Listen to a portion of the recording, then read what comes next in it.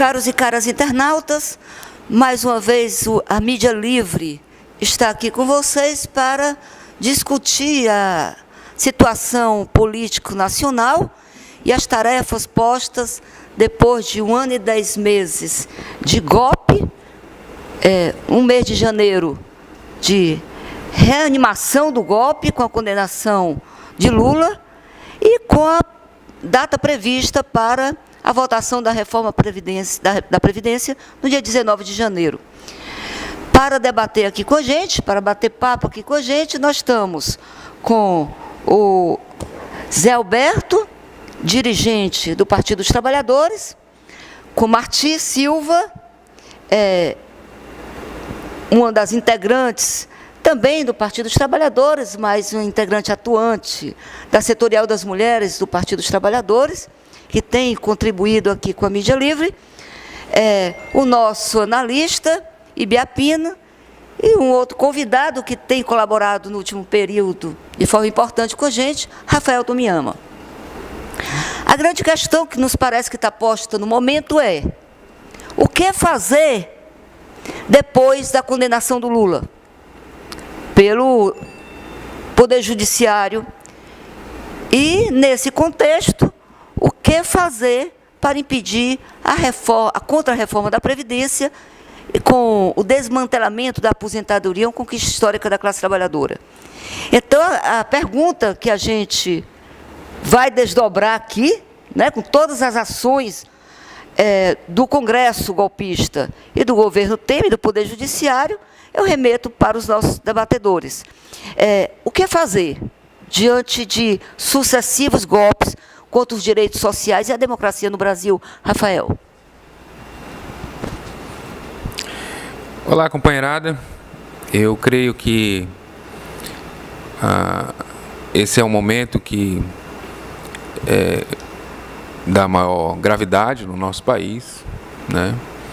E, nesse sentido, eu faço essa saudação a cada um de vocês que estão acompanhando com interesse, buscando respostas e também oferecendo as suas contribuições nos comentários e nos fóruns da internet ou presenciais. Quero, então, portanto, fazer essa saudação aos colegas que estão aqui nesse dia de hoje, fazendo parte dessa mesa, participando aqui desse debate, contribuindo cada um com a sua visão sobre esse momento político e principalmente o que fazer, como aí fez aí a sugestão a nossa mediadora, coordenadora Leda, que tem sempre tido esse papel importante aqui com a gente, de presença aqui na Casa Vermelha e nessa roda de conversa aí da mídia livre, Então, todo mundo muito bem-vindo aqui. Sobre o que foi colocado, eu acredito que todos nós temos essa preocupação com o momento, dado que já há uma decisão diante de toda a expectativa em relação ao julgamento do TRF4, não teria como ser uma decisão diferente da que foi tomada, era uma decisão já pronunciada, e os seus desdobramentos posteriores também estão muito claros. Há um endurecimento da parte do regime que aponta no sentido de maior evidência de estarmos caminhando rapidamente para um período ditatorial. Uma ditadura que existe de uma forma mais ou menos disfarçada, mas que ela é muito clara na medida em que você tem um poder, que é um poder judiciário, que se arvora de poderes absolutistas, e você tem um conjunto de ações sendo desenvolvidas que não precisaram fazer uma revogação constitucional ou mesmo a tomada do poder de uma forma militar, mas que significam na prática um conjunto de medidas que são de exceção, tanto no âmbito do direito quanto no âmbito das conquistas sociais, da economia, e que serve aos interesses do grande empresariado, do capital internacionalizado e financeiro, capital mundial. Então, todas essas medidas adotadas, elas vão nesse sentido e elas querem se revestir da aparência de democracia, mas, na verdade, o que nós estamos vivendo é um período de imposição dos interesses corporativos das grandes corporações multilaterais, multinacionais e multilaterais. Bom, sendo assim, a nossa tarefa política, no primeiro momento, é a de conversar com o povo, é de buscar um trabalho político nas bases de esclarecimento e de fortalecimento das organizações. Porque, de fato, se nós hoje afirmamos que existe uma quebra da ordem constitucional, nós, evidentemente, que não temos por que necessariamente respeitar as decisões que foram tomadas de uma forma injusta, né? Mas se nós conclamamos o povo para se rebelar diante dessa ordem injusta, nós temos que construir a força do poder popular a partir da sua organização de base. Então, como já foi dito, a nossa ideia é a gente fortalecer cada vez mais essa organização popular, que é um poder embrionário, inclusive em função das medidas que terão que ser tomadas pelo novo governo, que nós aí acreditamos com a manutenção da candidatura do Lula, né? Nós vamos precisar, sim, que haja um movimento que está hoje fundado nos comitês populares em defesa do Lula, no sentido de que essas medidas que terão que ser revertidas num eventual novo governo do Lula, elas terão que ter um amplo apoio popular, um amplo apoio de base popular.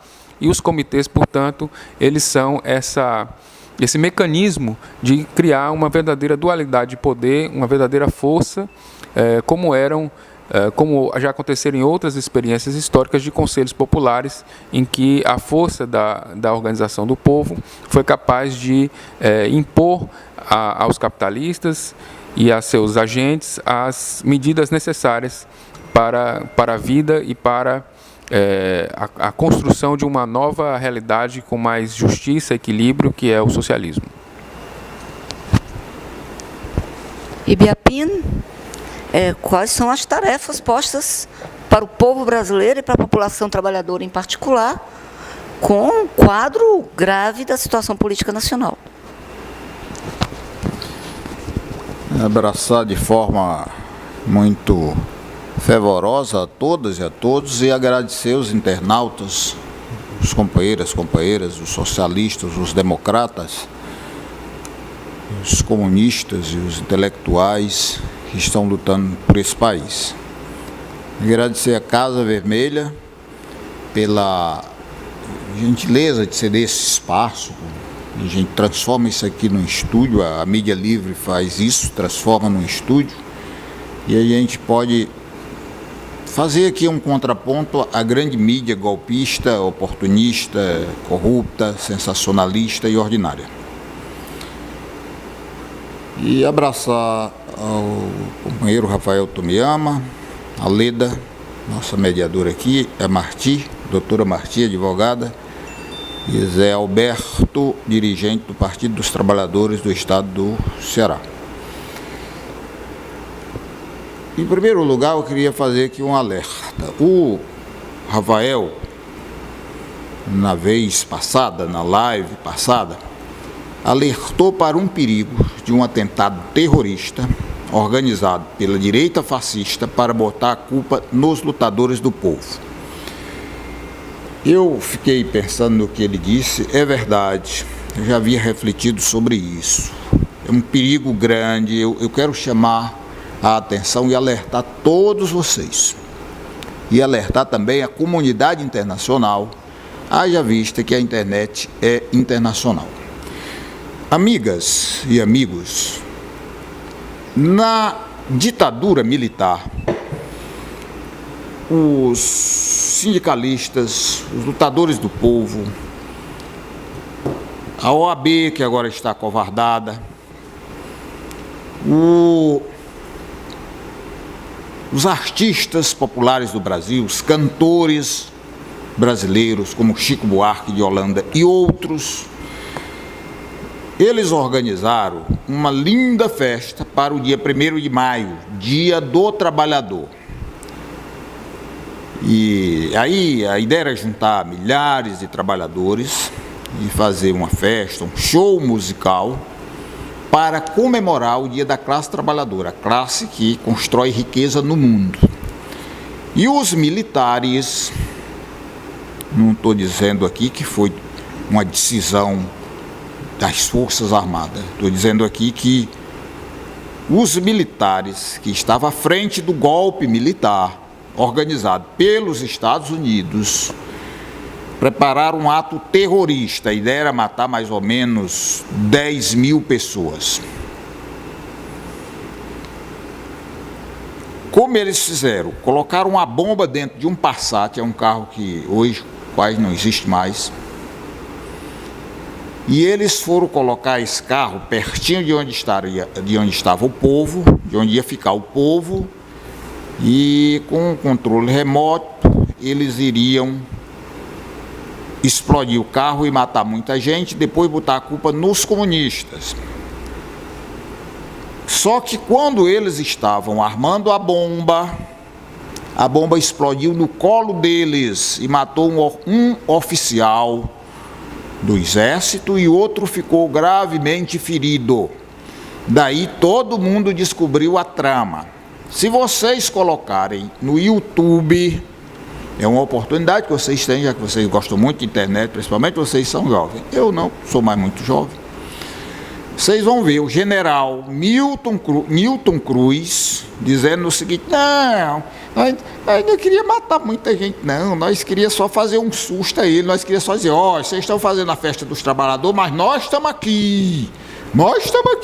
Gente, isso é história, que serve para reflexão. Então, minha cara companheira Leda, o que fazer? O PT, a CUT, o PCdoB, a CTB, PCB, o PSOL, o PSB e outros partidos de esquerda precisam imediatamente fazerem encontros estaduais em todo o país, por região, fazer por região. No Ceará, por exemplo, eu acho que deve ser feito em 5 regiões diferentes, tirar os delegados nos diretórios, a CUT, tirar os delegados, eleger os delegados nos sindicatos e discutir com os trabalhadores e as trabalhadoras o problema por que passa o Brasil e apontar formas de luta para resistir o golpe. Tem que ter resistência. Com covardes não se ganha nenhuma batalha. E o que eu proponho aqui? Além de fazer esses encontros e discutir, pegar intelectuais, pegar gente de todas as forças políticas sem nenhuma distinção, porque vai precisar de muita gente para fazer esses debates com o povo e um dia de encontro para tirar as resoluções, as formas de luta. 2, fazer uma denúncia internacional para mostrar ao mundo todo a patifaria da justiça brasileira. Desmascarar o Moro, desmascarar a justiça brasileira, porque é uma vergonha. Olhe, Inglaterra é um país capitalista e o advogado da rainha está estarrecido com a esculambação que ele viu na justiça brasileira. 3, realizar tribunais populares no Brasil todinho, juntar os juízes, aposentados, advogados e fazer grandes tribunais para discutir a patifaria da justiça brasileira. 4, preparar uma poderosa greve geral. Tem que preparar, tem que trabalhar, não pode fazer às pressas, tem que preparar. E, por último, é claro que isso são apenas algumas propostas, outras advirão.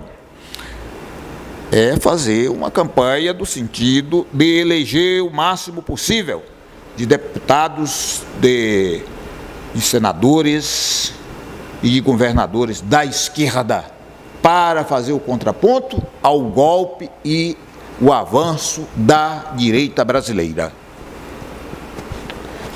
Marti?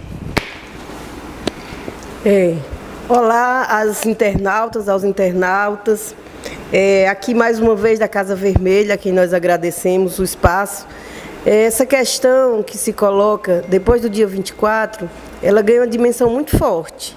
Primeiro porque, com a condenação do Lula, o que já seria esperado, dado o comportamento do judiciário, e de todas as forças golpistas nos últimos tempos, mas demonstra uma grande ousadia, foi um grande passo do ponto de vista do golpe, a condenação do Lula, tendo em vista dois fatores.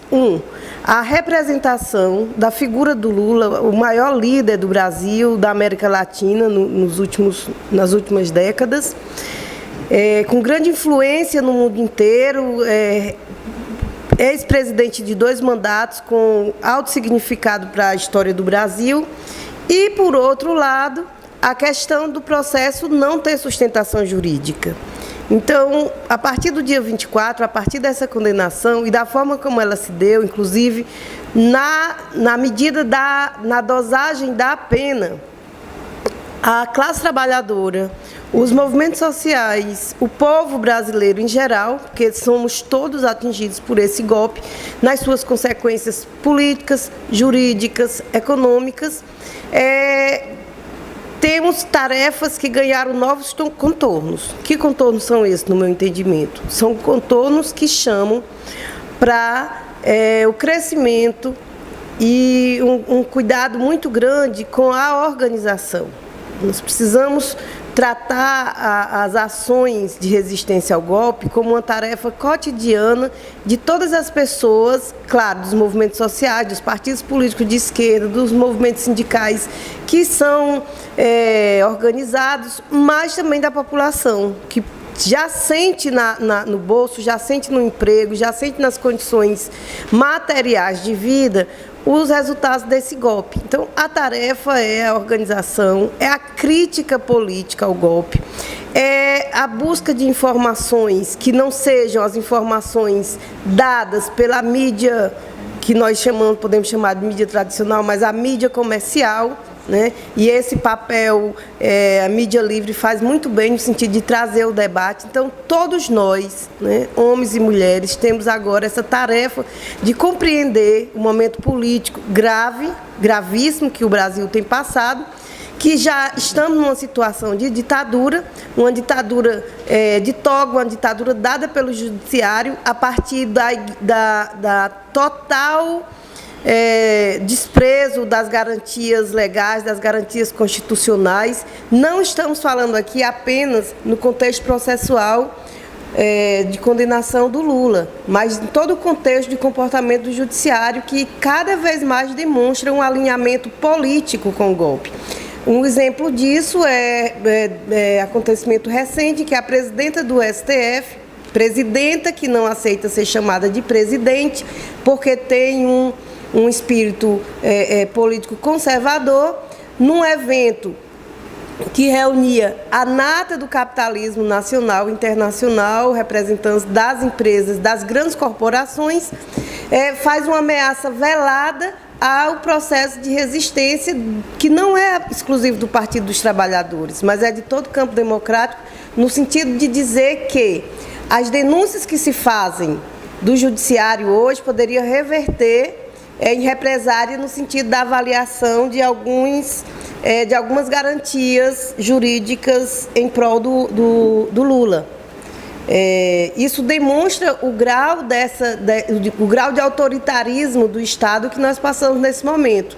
Toda ditadura tem uma configuração histórica. Essa não está baseada nas baionetas, nas armas, nos tanques, nas ruas, mas ela tem formas sutis de aprisionamento. Uma delas é a manipulação da informação. Veja bem, agora que se aproxima outra fase do golpe, que é a aprovação da contra-reforma da Previdência Social, que consiste em retirada de direitos e benefícios e da aposentadoria de milhões de trabalhadoras e trabalhadores, se constitui uma propaganda oficial, uma propaganda jornalística, no sentido de que essa reforma seria necessária para o saneamento das contas públicas. Isso não é absolutamente verdadeiro. Pelo contrário, já se torna imoral e absurdo todos os recursos públicos que o governo golpista do Temer tem investido ou tem despendido no sentido de criar um convencimento público para essa reforma da Previdência.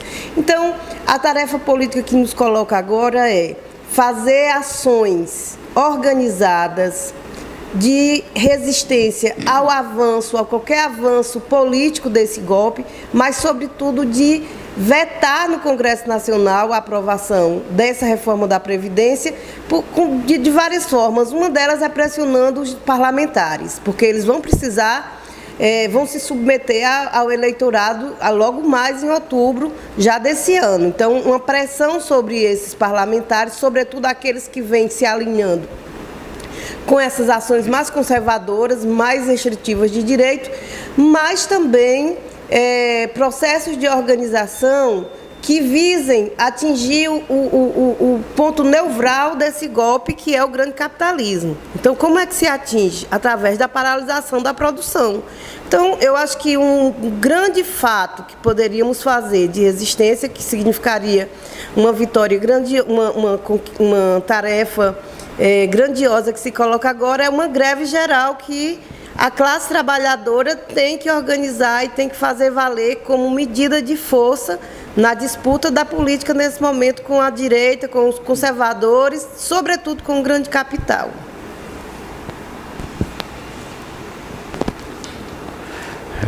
Gostaria de saudar todos os internautas que nos assistem nesse momento e também agradecer aqui o vereador Guilherme Sampaio, que nos cede esse espaço, aqui o espaço político e cultural, aqui do escritório dele, na Avenida da Universidade, 2197, aqui no Benfica. Isso é importante a gente valorizar pelo apoio que ele está dando a todo esse movimento nosso. Como já disseram e já falaram aqui alguns companheiros e companheiras aqui que estão do nosso lado, nós vivemos um momento muito difícil no Brasil, né? Nós passamos por este dia 24, onde a justiça brasileira, ou melhor, fortaleceu ainda mais essa condenação do Lula, mesmo não tendo base legal, mesmo não tendo argumentos ou provas que pudesse levar à condenação do Lula, né? Eu acredito que essa condenação, ela não é jurídica, mas sim política. A direita deu o golpe e, naturalmente, ela não quer devolver o país para ser governado mais uma vez pela esquerda. Então, 1 ano e pouco, eles querem privatizar Petrobras, Banco do Brasil, Caixa Econômica, já entregaram o pré-sal e aí por diante. Os Correios, eles também vão querer privatizar. E isso traz, vamos dizer, um prejuízo grandioso para o nosso país. Ou a gente tem autonomia no nosso país, e para isso a gente tem que retomar o crescimento e buscar outras pessoas que tenham compromisso com o país, ou a gente vai, a bancarrota é fechar o nosso país e ser um quintal do capital internacional, ou seja, lá dos Estados Unidos, por exemplo. Então nós precisamos tentar construir isso. Primeiro, nós temos que, no caso aqui, que como é uma questão política, os partidos de esquerda eles têm que estar unidos nesse momento. A primeira coisa que tem que se verificar é o seguinte: não adianta vários partidos de esquerda estar lançando candidato aí à presidência, um ou outro. Nós temos que primeiro resolver esse problema, porque ele é primordial para o crescimento do país, é unificar as esquerdas. Porque a direita está unida. Eles estão unidos, estão fazendo toda a falcatrua no país, eles estão, como eu diria assim, rasgando as leis do país, a Constituição, para dar continuidade a um golpe que aconteceu há quase 2 anos. E a gente sabe do que foi, do estrago que vem acontecendo no nosso país durante esse pouco tempo. Então, a primeira coisa é juntar todos os partidos de esquerda para tentar construir uma unidade de enfrentamento ao golpe e essa direita do nosso país. A gente se aproximar do povo, quando eu digo se aproximar, é ir até o povo, conversar com esse povo e discutir com ele propostas e maneiras da gente fazer um enfrentamento. Porque não dá para todo mundo, olha, o PT vai resolver, o partido tal vai resolver, e as coisas não acontecem, porque o partido sozinho ele vai ser insuficiente nesse momento para resolver, dado a grande dimensão que está sendo posta para nós brasileiros. Então é preciso que o povo tenha ciência do que está se passando e que ele possa ser protagonista também da sua história, da transformação desse país, para que a gente volte a ser um partido respeitado e de crescimento. Então, temos que envolver o povo, nós temos que desenvolver os comitês de comunidade, onde o povo está, né? O povo tem que tomar iniciativa, não esperar que aconteça, ele tem que vir também. E nós temos essa responsabilidade de ajudar nesse crescimento, nessa organização. É preciso que a gente organize o povo. Depois, temos que trazer todos os sindicalistas para voltar às suas bases, nas suas fábricas, nas suas lojas, no comércio, seja onde for, e esclarecer isso para a sua categoria. Então é preciso que a gente faça isso. Os sindicalistas hoje têm esse papel importantíssimo, porque as pessoas, a gente percebe, andando na rua e conversando com as pessoas, percebe-se que as pessoas não têm clareza do que está acontecendo no país, da gravidade que está se passando no nosso país. E, por último, eu diria assim, que várias organizações que existem no nosso país, ONGs, né, até mesmo a OAB, ela tem que sentar para discutir com a população, porque até então elas estão defendendo esse golpe. Como é que um órgão que trabalha diretamente com as leis que estão lá no judiciário, que estão em nosso país, na Constituição, estão fechando os olhos para esse tipo de coisa. Nós temos que, inclusive, denunciar essa posição da OAB, inclusive a do Ceará, que foi um dos que votou pelo impeachment da Dilma. Então, temos que levar essa conscientização ao povo, chamar o povo para ser protagonista da sua história, se juntar, se organizar e fazer um enfrentamento. E no dia 19 nós não podemos deixar que seja votada vamos dizer assim, o fechamento da Previdência, porque você trabalhador, você trabalhadora, não terá mais direito à sua aposentadoria. Obrigado. Perfeito, Zé Alberto. Só faria só uma observação. Os golpistas não estão tão fortes e unidos assim, não, né? Tanto que eles precisaram promover um golpe, né? Promover um golpe e não conseguem produzir um candidato. Olha, porque tem tentado tirar até um cara de programa de TV. Né? Eles não estão conseguindo produzir um candidato. Por isso a ditadura, o golpe, porque precisa do golpe para acabar com os direitos, não é isso? E aí entra a questão. O alvo do golpe é a retirada dos direitos. Me parece que para tirar direitos, tem que acabar, destruir as organizações criadas para defender esses direitos. As organizações políticos, sindicais e populares do nosso povo. Então, eles montam um cerco que começa com a condenação, começa o ano com a condenação do Lula, que assustou, espantou o mundo inteiro. E não foi o movimento de esquerda do mundo inteiro, né? A imprensa mundial, inclusive a imprensa burguesa, ficou horrorizada. Mas essa é a lógica. Destruir o patrimônio brasileiro, entregando ao capital estrangeiro. Que, aliás, sobre isso eu queria só chamar a atenção com o lançamento que houve hoje de revitalização do bairro do Porangabuçu, aqui em Fortaleza. E tinha a presença de 2 parceiros da Prefeitura de Fortaleza, parceiros estrangeiros, os grandes parceiros para revitalizar o bairro, o complexo hospitalar, inclusive com o hospital privado que está sendo construído lá, um monstrengo. E aí vem a questão da política dos governadores, né? Adaptada à política de teto de gasto do desgoverno Temer. Mas aí vem a questão do Lula presidente. As pessoas perguntam, houve a condenação, mas imediatamente no dia 25 de janeiro, o Partido dos Trabalhadores lança Lula presidente. Lula, desafiando o Poder Judiciário, diz: eu sou presidente, mesmo preso, candidato a presidente, mesmo preso. Isso requer uma ação imediata da base. O povo já disse que é Lula, por um lado, mas Nós estamos diante de um estado de exceção, como bem falou vocês. Eu pergunto, nós temos a greve geral, né, marcada, aliás, a data era com a marcação da reforma da Previdência, dia 19. As centrais estão definindo exatamente a data. Se vai manter o dia 19 ou um pouco antes. Estão definindo isso.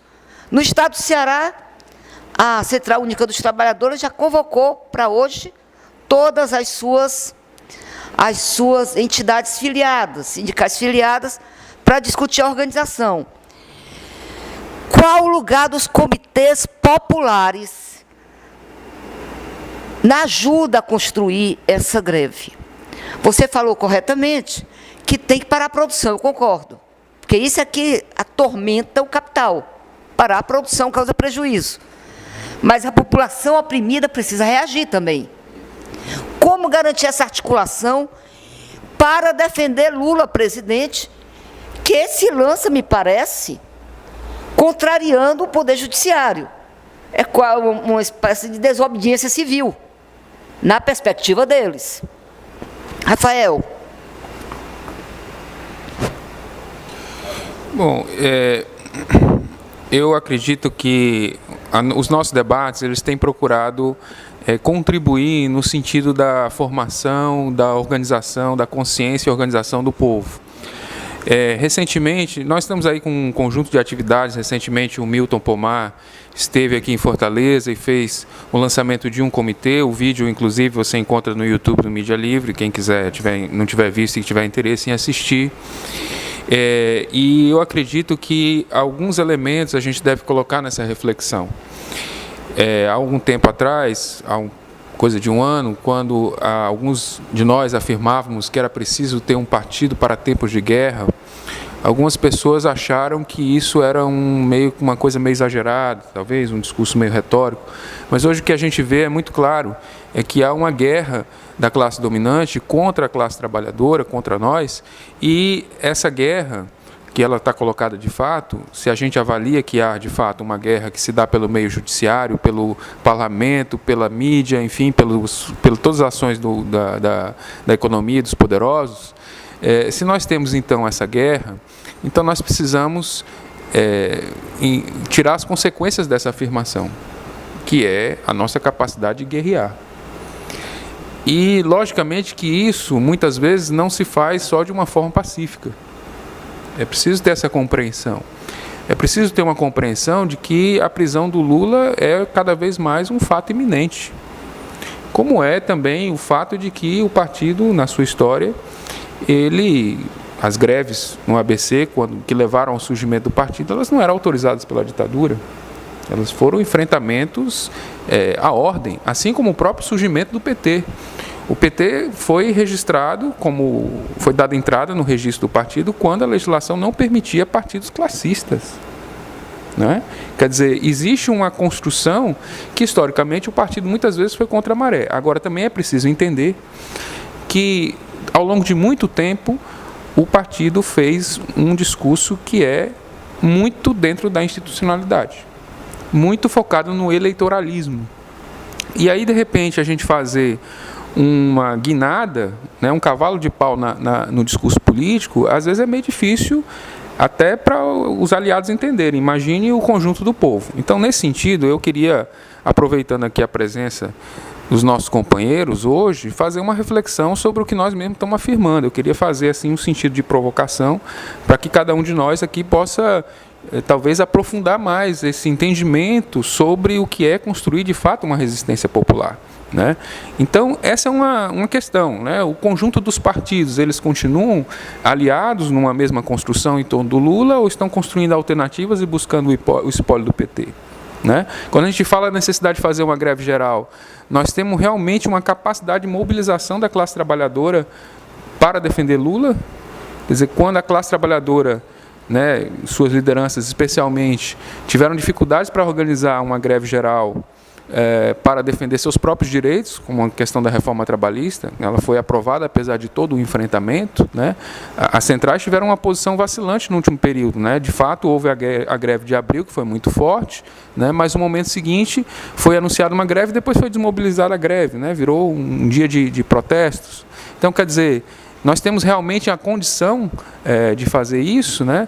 Então, eu acho que essas provocações, né, elas são importantes para que nós avaliemos essa condição, de fato, de mobilização. E me parece que a grande questão passa, nesse momento, pela construção, sim, dos conselhos, mas no sentido de que os nossos conselhos eles tenham tarefas políticas próprias, que hajam iniciativas, né, que os conselhos tenham programação, que eles tenham, de fato, uma vida, que eles não sejam só uma formalização, mas que eles possam estar fazendo atividades, especialmente de conversa, de ouvir o povo, de discutir, de fazer as pessoas refletirem sobre o que significa a prisão do Lula, de como isso vai impactar nos interesses, nas lutas e nas conquistas da classe trabalhadora. Então, eu acredito que nós, como pensadores, as pessoas que estão puxando essa reflexão, tem que, de fato, apontar aí as perspectivas reais da gente ter um salto de qualidade no patamar das lutas que nós estamos desenvolvendo hoje no nosso país. Sim, Biapino. Já? Já. Eu queria começar aqui com uma questão inerente aí à presidenta do Supremo Tribunal Federal. Nem que ela não queira, eu vou chamá-la de presidenta. A Marti falou isso aqui por aqui. E eu não vou, né, tom professoral não, mas eu vou dizer aqui, presidenta, deixe de ser besta, a senhora é muito besta, a senhora é uma pessoa besta. Presidenta, em 1956, um senador brasileiro, chamado Mozar Lago, ele criou uma lei dizendo o seguinte: se por acaso uma mulher for eleita no Brasil, deve ser chamada presidenta. Então é uma lei, a senhora representa a lei. Em 1492, foi feita a primeira gramática da língua espanhola, por Hélio Antônio de Nebrija. Não é português não, mas é espanhol, são línguas irmãs porque nasceram do latim. Então ele já reconhece a palavra presidenta. Dois grandes escritores brasileiros, o Érico Veríssimo, lá do Rio Grande do Sul, nasceu em Cruz Alta. No seu livro ele fala da palavra presidenta. Ele diz até assim, falando para o menino: ei menino, se vier a república, tua avó vai ser presidenta do Rio Grande do Sul, hein? Um outro escritor reconhecido no mundo todo e estudado em todas as universidades do mundo, que é Machado de Assis, no livro Memórias Póstumas de Brás Cubas, ele fala de presidenta. Aurélio Buarque de Holanda, nascido do Rio de Janeiro em 1910, também convenciona a palavra presidenta, e as academias brasileiras de letra e de Portugal, academias brasileiras de letra do Brasil e de Portugal também convencionam a palavra presidenta. E a gramática garante a palavra presidenta, porque é uma palavra comum de dois gêneros. Eu tanto posso dizer o presidente, ou então a presidente, como eu posso dizer a presidenta. Então deixe de ser besta, presidenta. Deixe de ser besta, deixe de ser idiota, deixe de ser machista. Já basta os machistas e os idiotas que tem aí, não precisa você contribuir com isso não. Eu acho, Leda e caros internautas, que, por exemplo, o Rafael apontou aqui algumas saídas. Eu quero só fazer aqui uma pequena diferenciação, não no mérito da questão, mas do ponto de vista das formas de organização. Acho que pode ter saídas distintas, como, por exemplo, todo mundo se agregando em torno de uma candidatura do PT, uma candidatura forte. Mas também pode ser que os partidos apresentem candidaturas diferentes, como o PCdoB já está apontando uma candidata mulher à presidenta. Agora, isso faz parte da tática, não sei como cada partido está pensando. Agora, o que é essencial?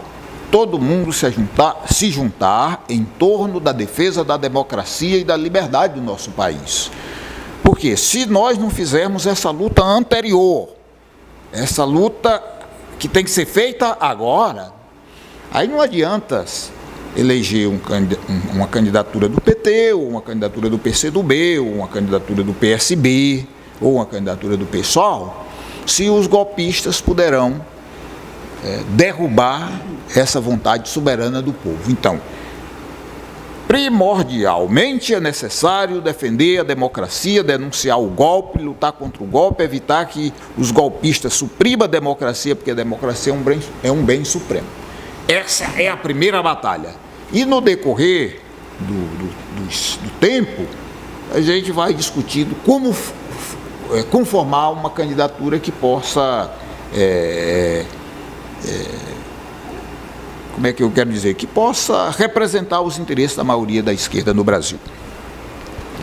Nós estamos batendo papo sobre a ação dos trabalhadores brasileiros no contexto de condenação do Lula e de votação já marcada da contra-reforma da Previdência.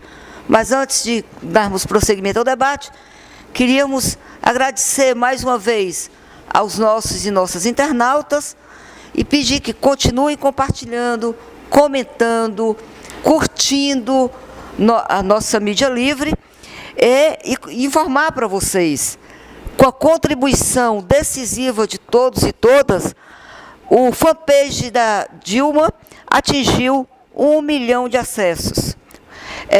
E nossos vídeos individuais já atingiu, isso por dia, viu? E nossos vídeos individuais têm chegado a quase 5 milhões de acessos. Então, nós agradecemos muito e agradecemos também o espaço físico da Casa Vermelha, do vereador Guilherme Sampaio, que tem permitido esse local prazeroso da gente realizar esse debate. Mas antes de passar para vocês, eu queria pegar a deixa do Rafael e do Biapino para colocar o seguinte: o ex-ministro Fernando Henrique Cardoso disse que a condenação do Lula, com a condenação do Lula, vai ficar mais fácil aprovar a reforma da Previdência. Logo, eu penso que fica difícil discutir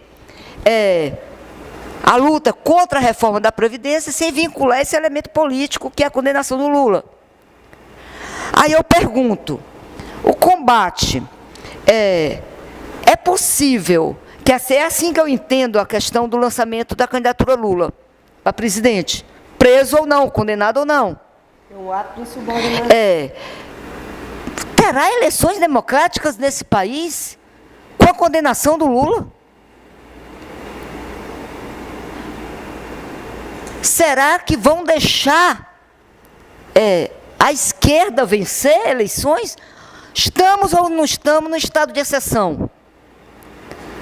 Porque a minha preocupação é que, ao final desse processo, a gente caia numa campanha eleitoral e esqueça o fundamental, que me parece que alguns partidos têm o direito legítimo de todos se lançarem. Mas se é golpe, nós temos que combater o golpe. E a condenação do Lula, a principal liderança do movimento político, sindical e popular, é a tarefa derrotar esse golpe a partir da não aceitação dessa condenação, é uma tarefa.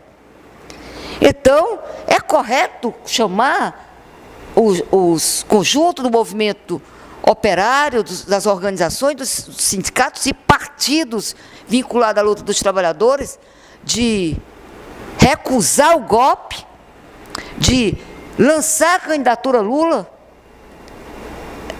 Ou não é golpe, né?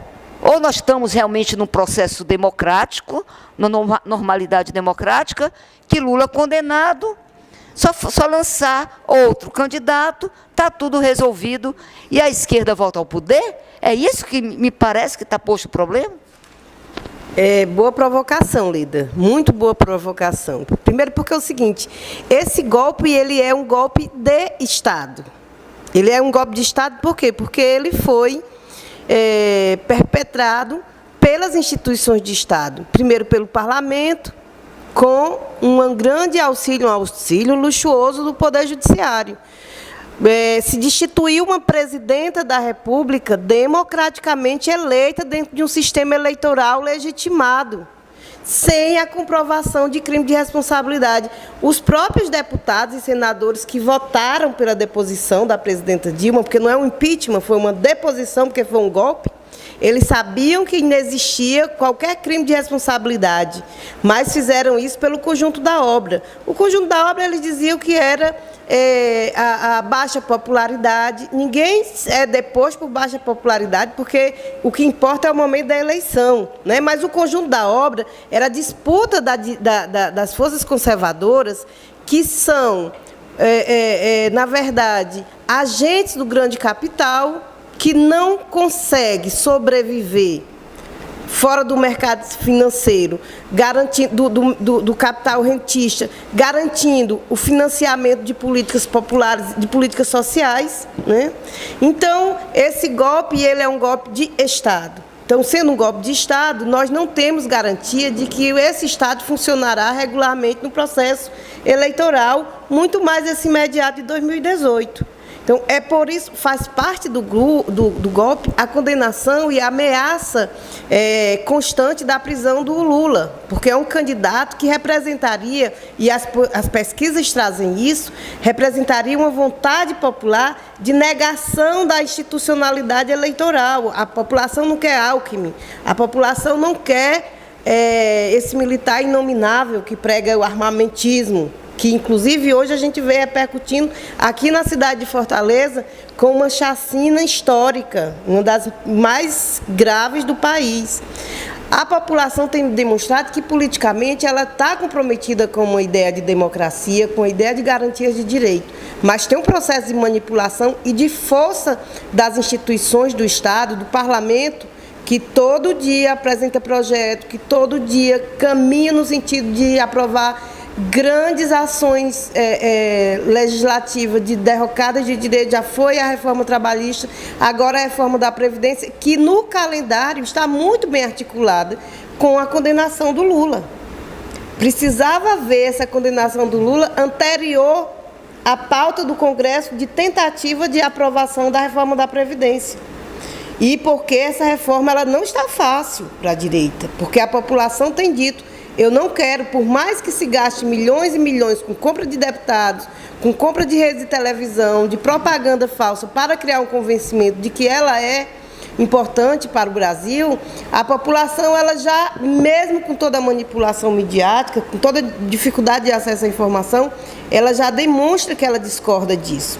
Então, o desafio é a gente conviver, passar como nós estamos mergulhados nesse golpe de Estado que compromete todas as suas instituições e dentro dele, mas para além dele, garantir processos e movimentos de resistência e de superação desse golpe. Por isso que o Rafael Tumiyama trouxe uma questão muito interessante, que é a vida que cada grupo social, através dos comitês populares de defesa da democracia e encarnando a defesa da democracia no direito à candidatura do Lula, embora nós questionemos que haja eleições democráticas nesse processo em que se alija o candidato com maior potencial eleitoral, preciso criar essas formas de organização que articulem essa questão macro da política, ou seja, a deposição da presidenta Dilma, um Congresso totalmente comprometido com os interesses antipopulares, antissociais, a ameaça eleitoral de 2018, mas com o cotidiano também, né? O que é que tem a ver, e aí, para dar continuidade à provocação, o que é que tem a ver o cotidiano, o nosso dia a dia de pessoas comuns, de trabalhadoras, de trabalhadores, de estudantes, de pessoas da juventude, com essa questão macro do golpe? O que é que tem a ver o golpe com o recrudescimento da violência na periferia? O que é que tem a ver o golpe com o incremento, o aumento da miséria? Nós falamos em fome hoje no Brasil. Então, é preciso que as pessoas, sobretudo as pessoas das classes subordinadas, da classe trabalhadora, compreendam que a política está entranhada no seu cotidiano. Por que é que as pessoas estão comendo menos, ganhando menos, com menos acesso à mobilidade, porque vamos ter um aumento de passagem de ônibus em breve. Então, isso cria dificuldades materiais para a vida das pessoas. E nós precisamos compreender que isso tem tudo a ver, cada acontecimento do nosso dia a dia, nos bairros onde a gente mora, no local de trabalho, as relações de trabalho que estão ficando cada vez mais desrespeitosas, autoritárias, com perdas de direitos, a perspectiva do envelhecimento com alguma garantia, o futuro perdido das crianças e dos jovens com o incremento da violência. Então, tudo isso tem muito a ver com esse golpe. Então, nós precisamos, o nosso grande desafio é fazer essa educação política, né? É nos construirmos como movimentos, como militantes, nesse processo de educação política, que eu primo que nesse momento é mais de construção de consciência do que propriamente de ações que sejam, né, que não sejam. Nós precisamos, o nosso grande desafio é disputar as consciências agora para construir esse processo de resistência. Disputar a consciência, mas botando o povo para marchar, né? Botando o povo na rua. Aliás, a consciência tem que estar na rua. Olha, eu vou voltar um pouquinho. Tu falando que a Dilma era uma das preocupações, que a Dilma tinha uma baixa aceitação. O Temer só tem 3%, e aí? Nem por isso está... É verdade. Eu queria voltar um pouquinho aqui no tempo, para que as pessoas possam perceber o quanto elas são enganadas pela grande mídia, que está à frente à Rede Globo, naturalmente. Então, veja bem, Juscelino Kubitschek, na época, ele tinha uma aceitação excelente com o povo brasileiro. Se ele fosse candidato naquele momento, ele ganharia. Ele já tinha mais de 50% também, nessa parte aí por aí assim, de aceitação das pesquisas. Né? Por aí assim, tá? Então, veja bem, o que é que a direita fez? A mesma coisa que eles estão fazendo hoje. Inventaram ou espalharam que o Juscelino Kubitschek estava com um apartamento em frente à praia de Copacabana e que tinha sido coisas também de corrupção, né? E a população naquele tempo tinha mais dificuldade do que a população de hoje, porque só tinha um rádio, né?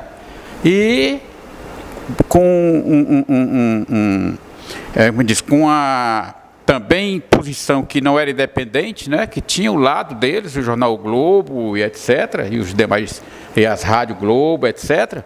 Então, naquele tempo, a Globo já estava patrocinando todos esses golpes. A Globo tem uma história todinha, tá? Sobre os golpes que aconteceram no Brasil, com o Vargas, com o Juscelino, com o Jango, né, e etc. Por outro lado, naquele momento em que travou toda essa história para aniquilar o Juscelino, quem estava no poder era justamente os militares, que logo em seguida deram o golpe. Era o Verde Oliva que estava mandando naquele tempo, na ditadura militar. E vai lá, Castelo Branco, caça os direitos políticos de Juscelino. Hoje, nós estamos vivendo mais outra ditadura. A ditadura da toga.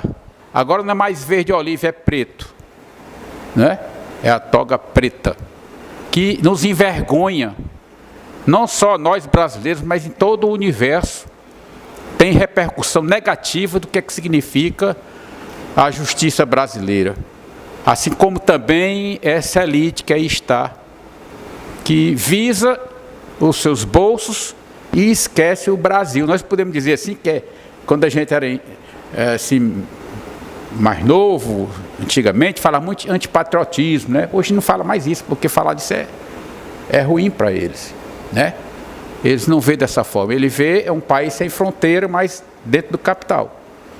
Não está preocupado com o povo pobre, com o trabalhador, não é? Porque diminuíram o salário mínimo, mas aumentaram o gás butano, aumentaram a gasolina, já vai aumentar aqui em Fortaleza os transportes coletivos.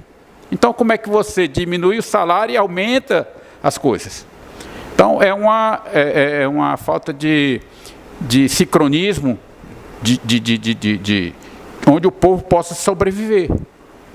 Então, veja bem, isso é a história que é divulgada pela Rede Globo, que tenta a todo tempo trazer à tona essa história de que nós, trabalhadores, não podemos estar no poder. Eles não aceitam que um trabalhador como Lula, que é uma pessoa que não frequentou faculdade, que deu nó em pingo d'água porque resolveu o problema do Brasil, pagou o FMI, pagou dívida externa, emprestou dinheiro para o FMI, criou 20 milhões de empregos, trouxe a economia para cima, botou vários programas sociais, educação, saúde, você poder estudar fora do Brasil, luz para todos, gente com 100 anos que nunca tinha visto uma luz na sua casa, está com a luz na hora dessa funcionando.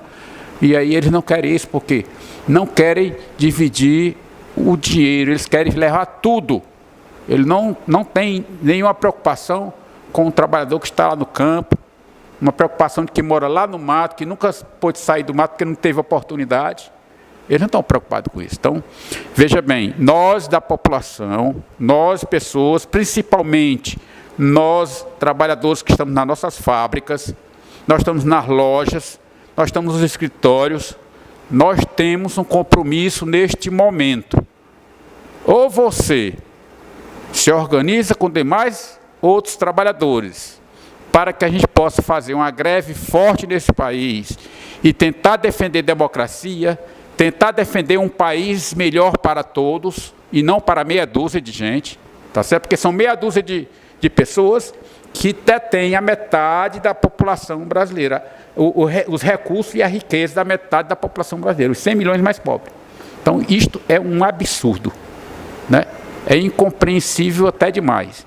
Então, nós temos que fazer esse enfrentamento. Ou nós fazemos esse enfrentamento, ou então nós estamos fadados ao fracasso, né? Eu levantei um pouco essa questão do JK, porque eu converso muito com as pessoas fora das paredes aqui, no meio da rua. As pessoas não conhecem a sua história. E eu assisti uma palestra de um padre Agostinho, ele já faleceu, mas no meio da sua palestra ele disse uma coisa que nunca saiu da minha cabeça. Ele disse: o povo que não conhece a sua história está fadado ao fracasso. E é isso que acontece com o nosso povo hoje.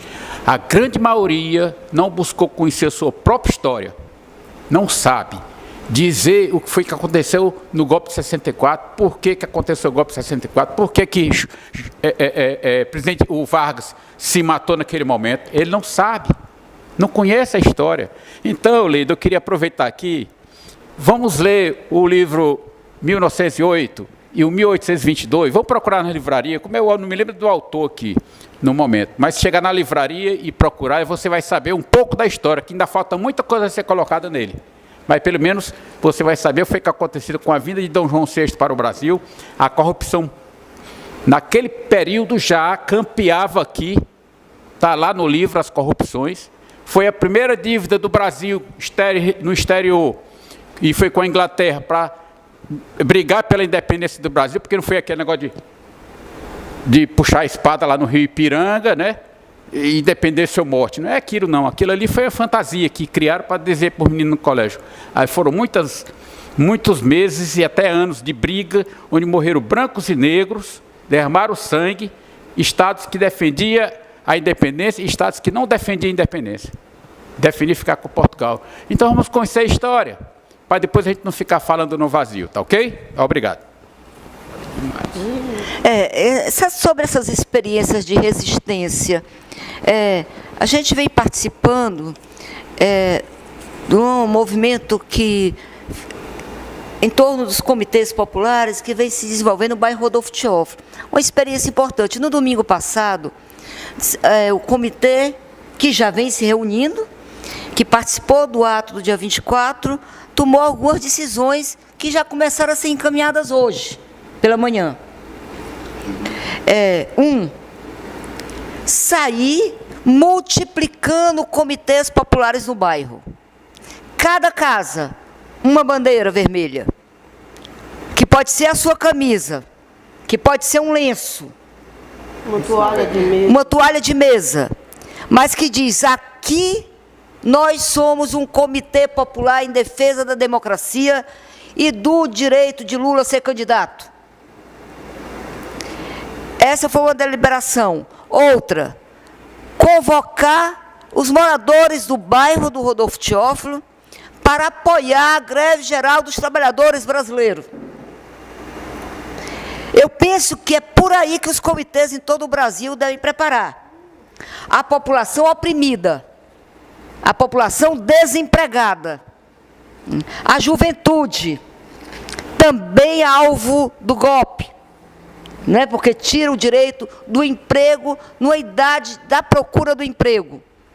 Então, mobilizar nos bairros, nas comunidades, nas favelas, explicando que a greve geral é em defesa não do direito de categoria A, B ou C, mas a greve geral é em defesa dos direitos ameaçados, já retirados com a reforma trabalhista, e agora com outro golpe contra a reforma da Previdência, que, aliás, é um duro ataque à aposentadoria, e foi assim que o se dirigiu à população, com nota dizendo: nós, moradores, apoiamos a greve geral em defesa da aposentadoria contra a reforma da Previdência.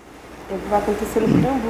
É o que vai acontecer no Pirambu. Dia 1º. Então, os comitês têm que ser um instrumento de ação concreta, porque você pode dizer: não, a greve é uma tarefa dos sindicatos, ou da CUT, das centrais. Não, a greve é em defesa da democracia ameaçada. Ah, mas o que tem democracia a ver com luta sindical, luta por direitos?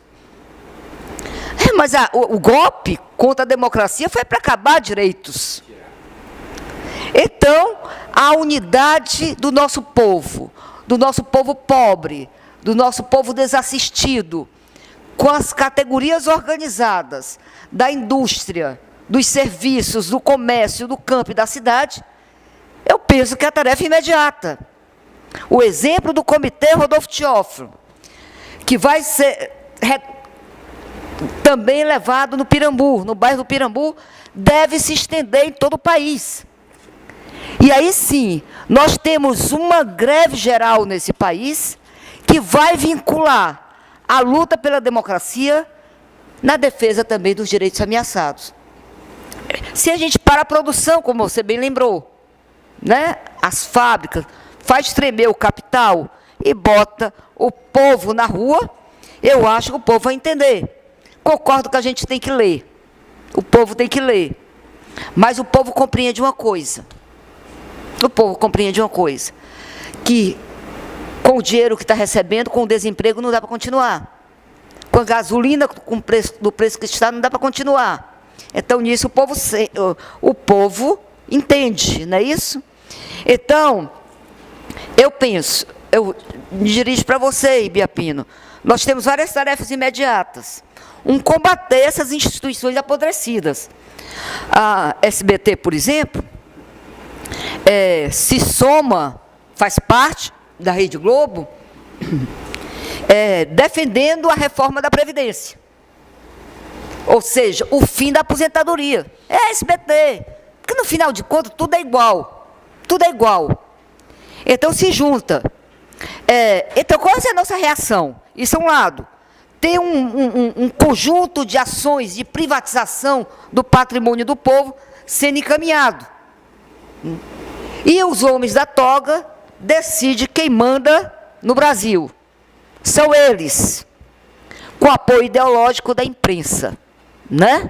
Mas são eles, os ditadores. Aí eu pergunto, nós vamos deixar que prenda o Lula? Como vão reagir a isso?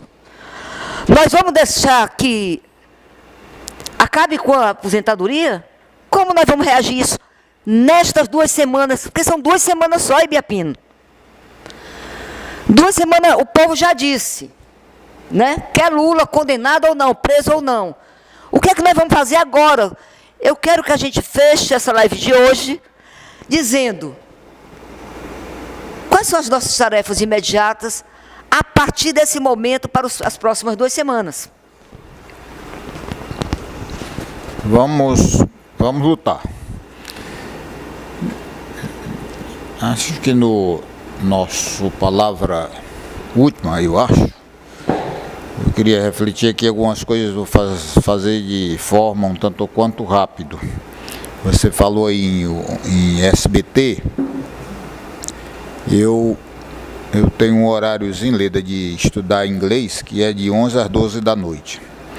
E minha filha tem uma mania de só dormir quando eu durmo. Aí ela ligou também a televisão e o Temer estava dando uma entrevista ao Ratinho. E ao terminar, o Ratinho fez um elogio ao Temer e disse que beleza essa reforma da trabalhista, agora está gerando emprego e o Brasil vai crescer. Que sujeito ignorante, asqueroso e nojento. Dizer que a reforma trabalhista é uma beleza é um ignorante, é um cara que dá uma espécie de pena, sabe? Porque se ele não for ignorante, ele é mau caráter. Ele está recebendo dinheiro para reproduzir essa porcaria. Todos os especialistas, eu estou falando de especialista, de homem que estuda na academia, estuda muito, que lê 2 livros por semana. Não estou falando de cachorro vira-lata como ele, que só sabe dizer besteira na televisão. É cachorro vira-lata, é programa para idiota ver. Viu, doutora Marti? Nós temos 3 problemas graves na economia do mundo. Primeiro problema grave da economia do mundo, ele é estrutural. As grandes companhias, os países desenvolvidos, desenvolveram um alto padrão de tecnologia. E as máquinas e os robôs estão trabalhando na produção, substituindo o homem. Então, o homem, toda vez que eu falar numa live, o homem, eu estou falando da espécie humana. Aí já se sabe, é o homem e a mulher, todos dois no mesmo grau de importância. Aqui do Ceará, que é um estado seco, que tem desertificação, tem todo o problema do mundo, Marti e Leda, professora, você é professora, tem o dever de estudar muito, e eu sei que você estuda porque ele conhece há muito tempo. Tem grandes latifúndios que eles têm aqueles tratores, as plantadoras, as colhetedoras de legumes, e uma pessoa numa cabine mexendo no computador e a máquina trabalhando sozinha. Por exemplo, uma grande lavoura que você precisava de 100 homens para colher, a máquina faz sozinha, sem precisar de um motorista. Tem uma pessoa numa cabine fazendo o trabalho via computador. Então, esse é um problema estrutural. Por isso, o desemprego do mundo é grande. Segundo, os problemas conjunturais. Hoje, por exemplo, as grandes companhias estão fazendo, e bancos estão fazendo investimentos na área financeira. Portanto, eles não estão fazendo investimento na produção, eles estão comprando títulos, dólares, vendendo e comprando na bolsa de valor. Esse é um problema conjuntural.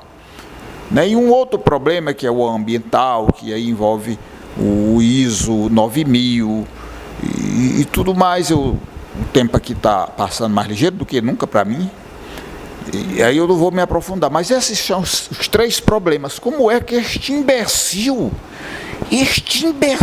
idiota, nunca leu um livro, não sabe o que é economia, vem dizer, presidente, que reforma maravilhosa, que agora vai gerar emprego. O desemprego, imbecil, é fruto desses 3 tripés que eu falei aqui, é um problema sério do próprio sistema capitalista. Deixa de ser idiota, não tem só imbecil igual a ti assistindo a porcaria desse teu programa, que é uma bosta. Tem gente que estuda, Aí tu, para receber uns trocados na porcaria dessa tua televisão, que é também uma empresa vulgar, precisa ficar de quatro diante de um cachorro corrupto, que está tirando direito dos homens e das mulheres desse país, que vai gerar um cinturão de pobreza, de miséria incomensurável nesse país, porque como as pessoas vão trabalhar agora em trabalho intermitente, que tu diz que é uma beleza, imbecil sem vergonha, tu está a serviço de quem? Quantas pessoas, mulheres principalmente, são as mais prejudicadas na sociedade capitalista, vai ficar sem emprego na velhice, vai passar fome, e tu diz que isso é uma beleza? Imbecil! Tu topa um debate com quem estuda? Deixa de ser burro, tu quer enganar a quem? Aí o que era mais que era para eu dizer?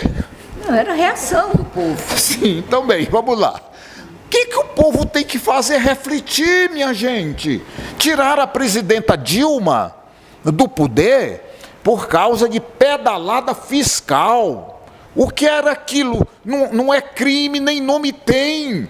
Como a Dilma gostava de andar de bicicleta para fazer o exercíciozinho dela, eu aconselho que vocês andem de bicicleta ou andem de pé como eu. Eu gosto muito de andar, ainda jogo uma bolinha.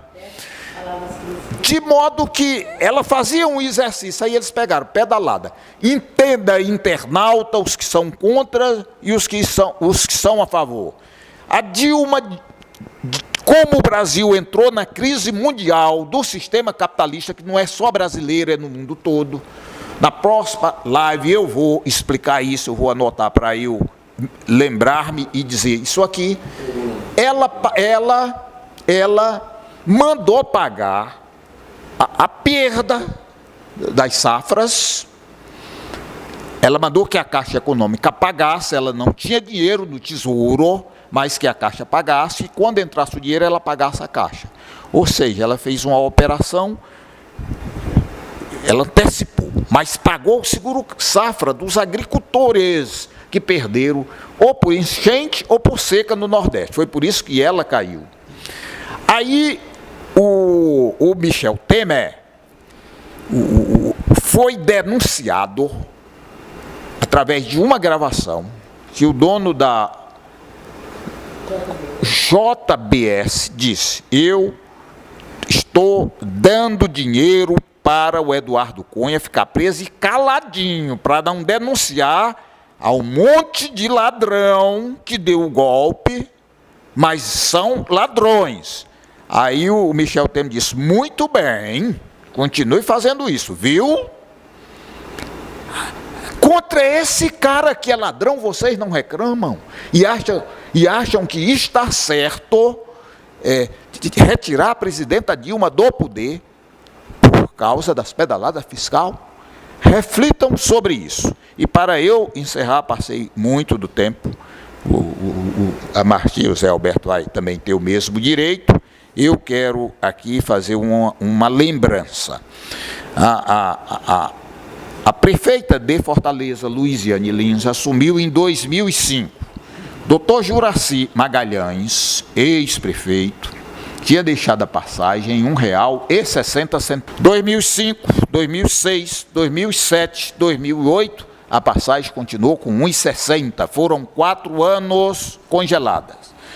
E no segundo mandato da Luiziane Lins, ela aumentou uma vez para R$1,60.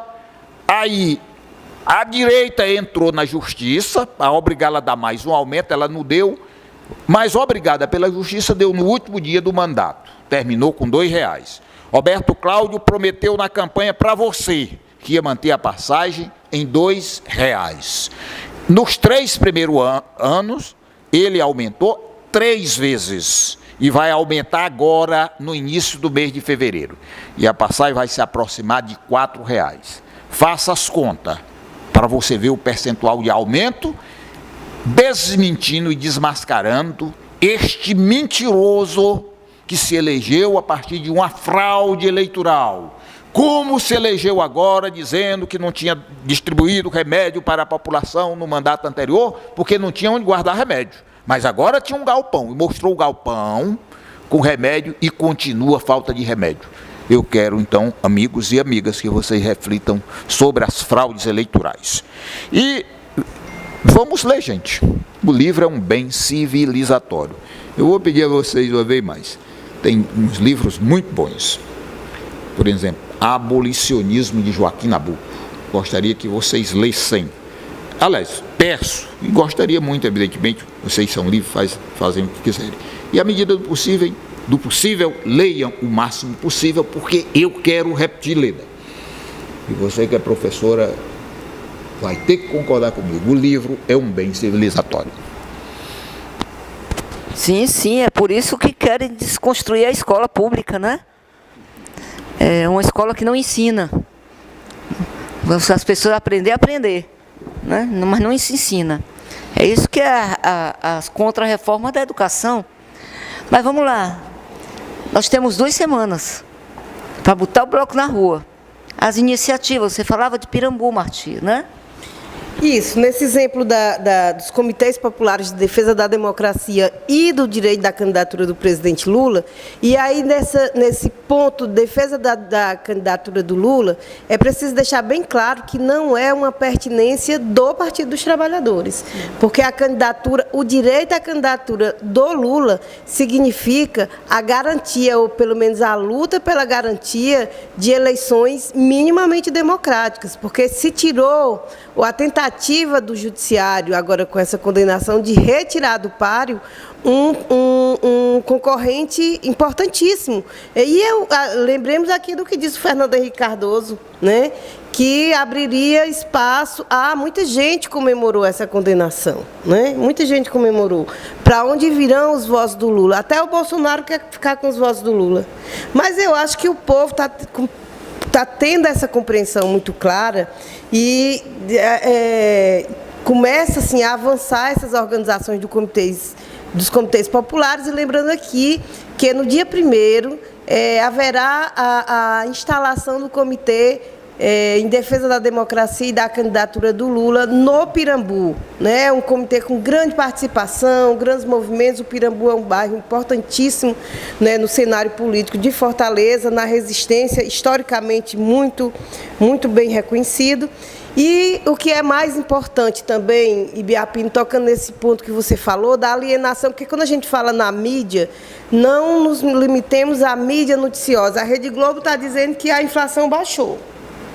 Qualquer pessoa que compra no supermercado, que vai na bodega, que compra gás de cozinha, que pega o seu carro, paga gasolina, né, sabe que o dinheiro no final do mês está mais curto. Sabe que o emprego está se alastrando, o desemprego está se alastrando. Então, é preciso a gente compreender que existem alguns propagandistas que também se ocupam dessa enganação. E esses apresentadores de televisão, com pseudo-entretenimento, modelo Ratinho, Silvio Santos, Faustão, Ana Maria Braga, pregam em seus programas diários essa propaganda que só favorece aos patrões, aos capitalistas, aos conservadores políticos. E é importante que a população não se deixe alimentar por esse tipo de propaganda.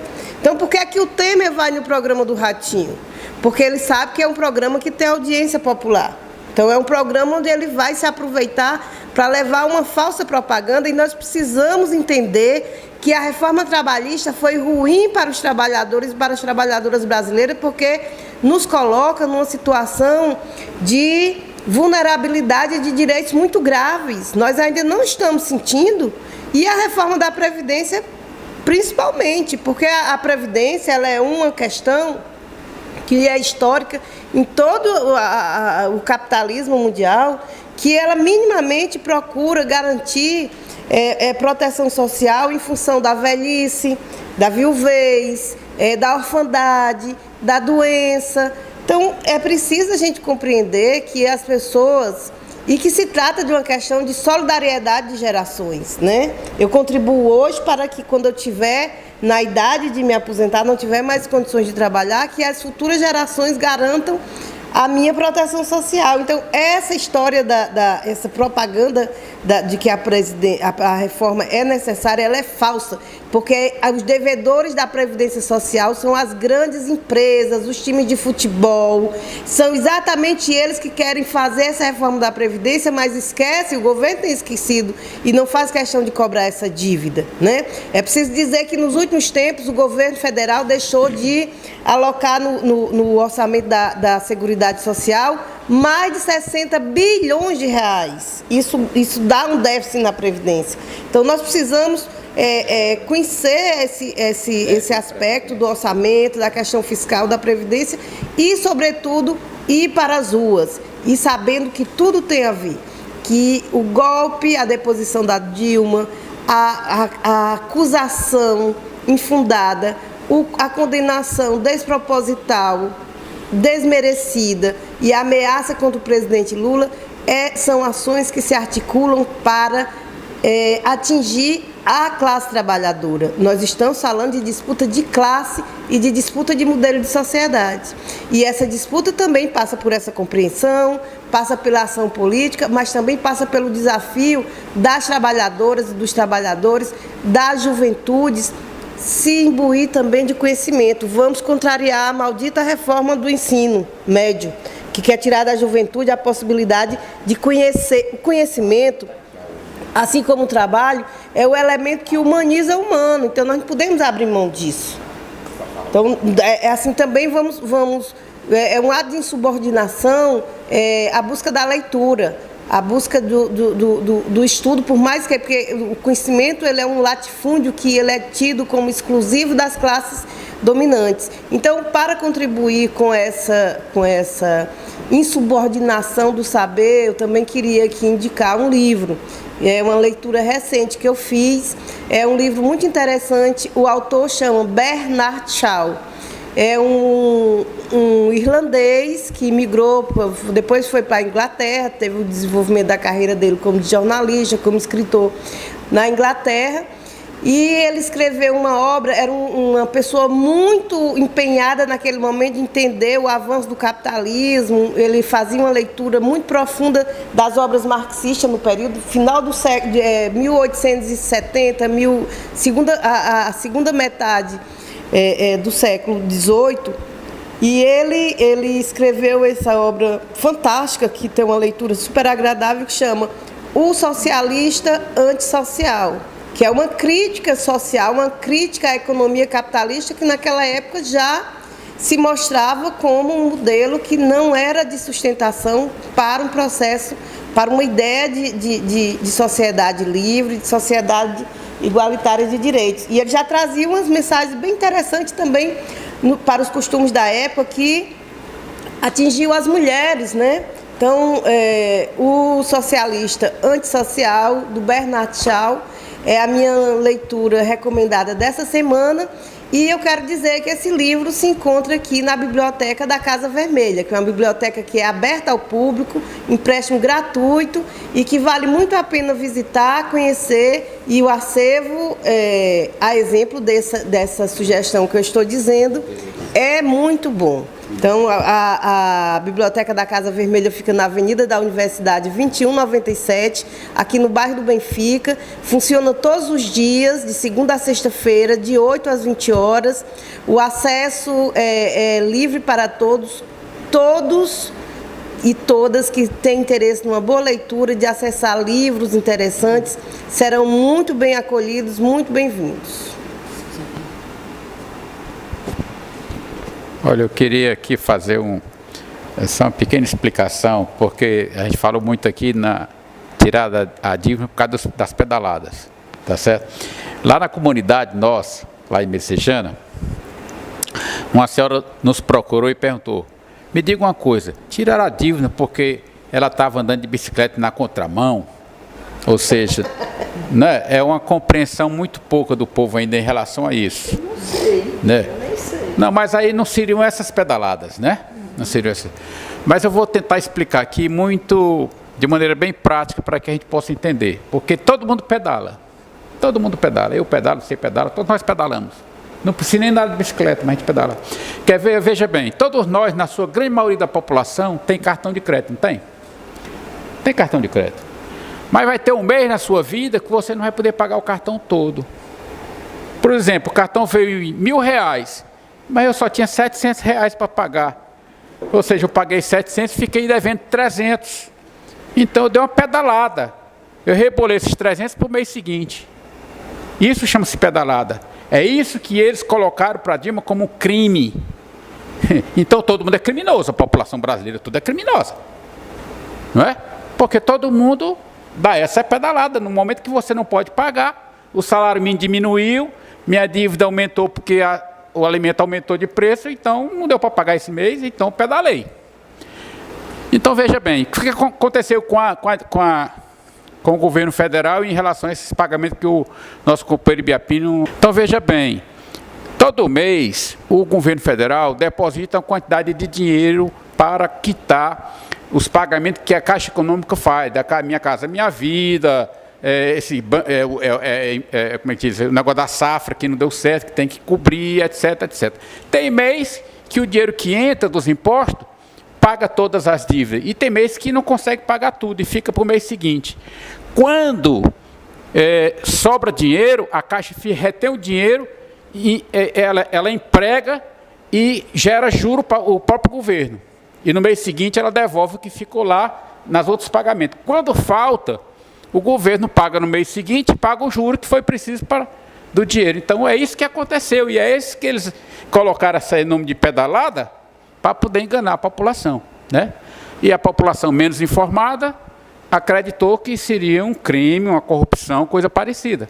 Então, se for assim, todo mundo cometeu crime porque deu pedalada, né? Quem não deu pedalada não tem cartão de crédito. Essa pessoa não tem cartão de crédito, mas ele pode até ter dado pedalada lá na bodega, né? Ele gastou 100 na bodega, mas só tinha 90, ficou mais 10 para o mês seguinte. Ou seja, isso faz um pouco parte da nossa cultura, né? Um pouco isso.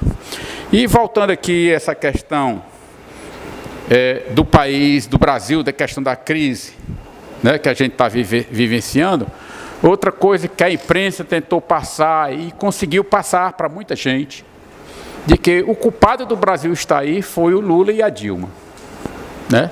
Muita gente já me procurou, já conversei com essas pessoas, expliquei e tal, mas ainda existe muita incompreensão nesse sentido.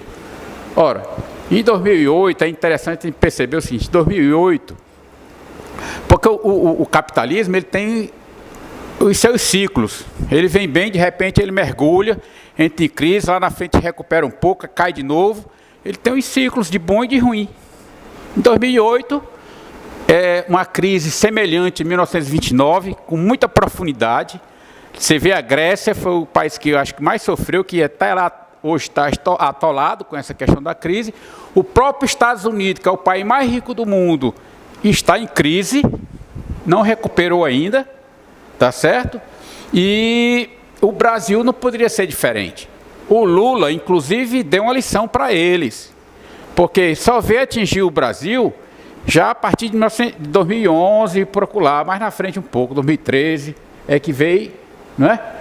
Até o Lula disse, isso aqui vai chegar uma marolinha, né?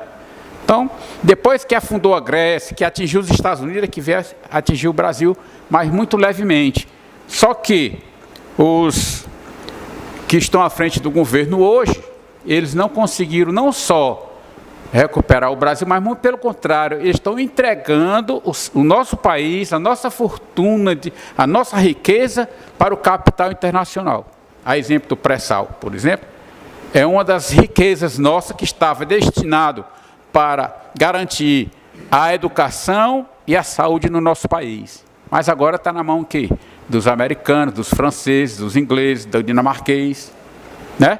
Que foram 30 anos de pesquisa e desenvolvimento da tecnologia para poder extrair esse petróleo. 30 anos, só o Brasil detém essa tecnologia. E agora entregaram a preço de Coca-Cola, ao preço de um refrigerante. Um barril de petróleo sai do preço de um refrigerante. Aquilo foi gasto com o nosso dinheiro. Então eu queria só dar um pouco desse esclarecimento, para que a gente não possa achar que pedalar é crime. Porque se a gente achar que pedalar é crime, então nós estamos lascados, porque não vai caber todo mundo na cadeia, né? Obrigado. Na verdade, ser crime hoje parece do PT, né? Esse é o grande crime para os golpistas nacionais. Caros e caras internautas, nós estamos terminando o mês, iniciando o mês do Carnaval. Inevitavelmente, o povo brasileiro, que é um povo que gosta de Carnaval, vai estar se organizando, já está se organizando para pular o Carnaval e brincar. Mas a classe dominante brasileira não pula Carnaval. Não pula Carnaval. Vai pular Carnaval depois. Depois do dia 19. E fora do Brasil. Porque eles não moram aqui. Então nós vamos pular Carnaval. Sim, vamos pular o Carnaval. Mas com o olho aberto. Porque não são satisfeitos em condenar Lula, querem prender Lula. E como a classe dominante brasileira tem uma história de fazer tudo na calada da noite, não é? Podem, inclusive, prender Lula na calada da noite. Nós vamos deixar Lula ser condenado? Aliás, Lula foi condenado. Nós vamos deixar ele ser preso? Nós vamos deixar a reforma da Previdência ser aprovada, contra a reforma da Previdência ser aprovada enquanto a gente pula Carnaval? Blocos em defesa do Lula e da democracia em todo o país. Em todo o país. Bloco de vermelho, de vida, de sangue, em todo o país. Lula é candidato, mesmo preso, ele disse. Mas nós não vamos deixar. Me parece que essa é a fala de vocês. Essa é a fala do nosso povo. Porque apesar da imprensa golpista, o povo seguiu Lula nas caravanas. Apesar dos golpistas, o povo continua reafirmando Lula candidato a presidente do país. Então vamos fazer um carnaval de luta. Bloco Lula pela democracia. Vamos construir os comitês populares, multiplicar em cada casa, com bandeiras vermelhas em cada casa. Pode botar azul também ou verde, mas que diga, aqui toco Lula pela democracia, em defesa dos direitos sociais e democráticos, contra a reforma da Previdência, em defesa da aposentadoria do nosso povo. Agradecemos, caros e caras internautas, a contribuição, o apoio, o compartilhamento, a curtição que vocês têm feito para garantir a mídia livre, atingindo quase 5 milhões só dos vídeos individuais, e também a Casa Vermelha pelo espaço político e cultural, através do vereador Guilherme Sampaio, que tem sido uma força nesse sentido. E nossos queridos e queridas aqui presentes, Zé Alberto, Marti e Biapino, e Rafael Tomiyama. Obrigado, caros e caras internautas. Até a vitória. Você acaba de assistir mais uma produção da Mídia Livre. A Casa Vermelha apoia a mídia livre. Apoie você também. Curta, compartilhe, comente, ajude a democratizar as comunicações no nosso país. Até a próxima.